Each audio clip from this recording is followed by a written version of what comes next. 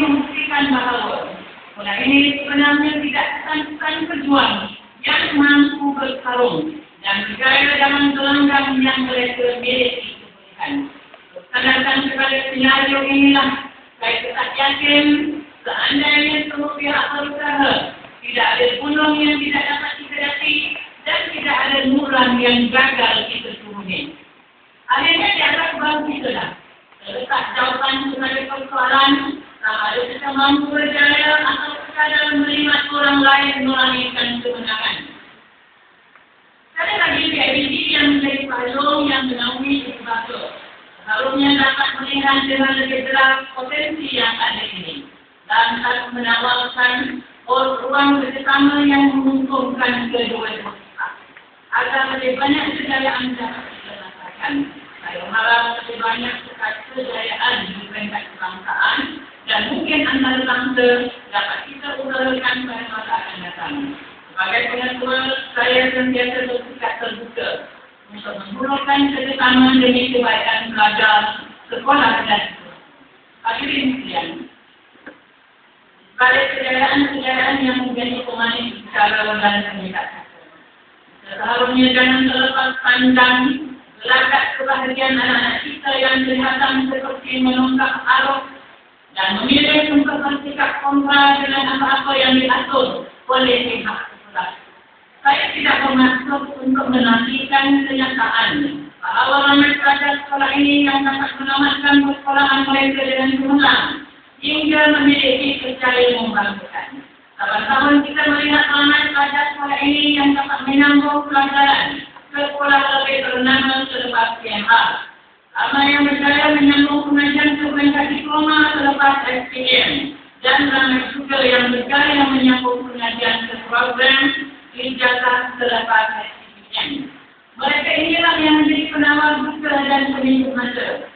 Bila melihat di celah-celah kejayaan mereka, masih ramai pelajar yang sekadar menguasai taraf minimum atau gagal dalam peperiksaan masing-masing. Sebagai guru, kami juga melihat kumpulan pelajar yang gagal seperti ini bukan hanya kerana terjejasnya pencapaian sekolah, tetapi yang lebih menyedihkan adalah apakah mereka berupaya bertarung dalam kancah kehidupan dalam sebuah negara maju tidak lagi. Walaupun kegagalan bukan diminta, namun akhirnya itulah yang menjadi milik. Inilah maksud cabaran yang menjadi tema ucapan saya hari ini. Saya juga menjelaskan bahawa dasar kementerian pelajaran dan sekolah adalah setiap pelajar perlu diberi segala ruang dan peluang untuk menjilat potensi masing-masing. Supaya akhirnya mereka meninggalkan alam persekolahan dengan kejayaan. Bagaimanapun di tengah-tengah susah payah pihak sekolah, kedapatan ramai pelajar yang seolah-olah tidak menunjukkan minat untuk meraih kejayaan dalam pelajaran. Mereka lebih cenderung untuk bersikap pasif dan negatif terhadap apa-apa yang diatur oleh pihak sekolah. Malahan juga berlaku mereka memilih untuk bersikap kontra dengan pihak sekolah. Saya menyeru ibu bapa agar mengambil sikap lebih serius terhadap masalah kegagalan anak-anak yang tidak seharusnya berlaku ini.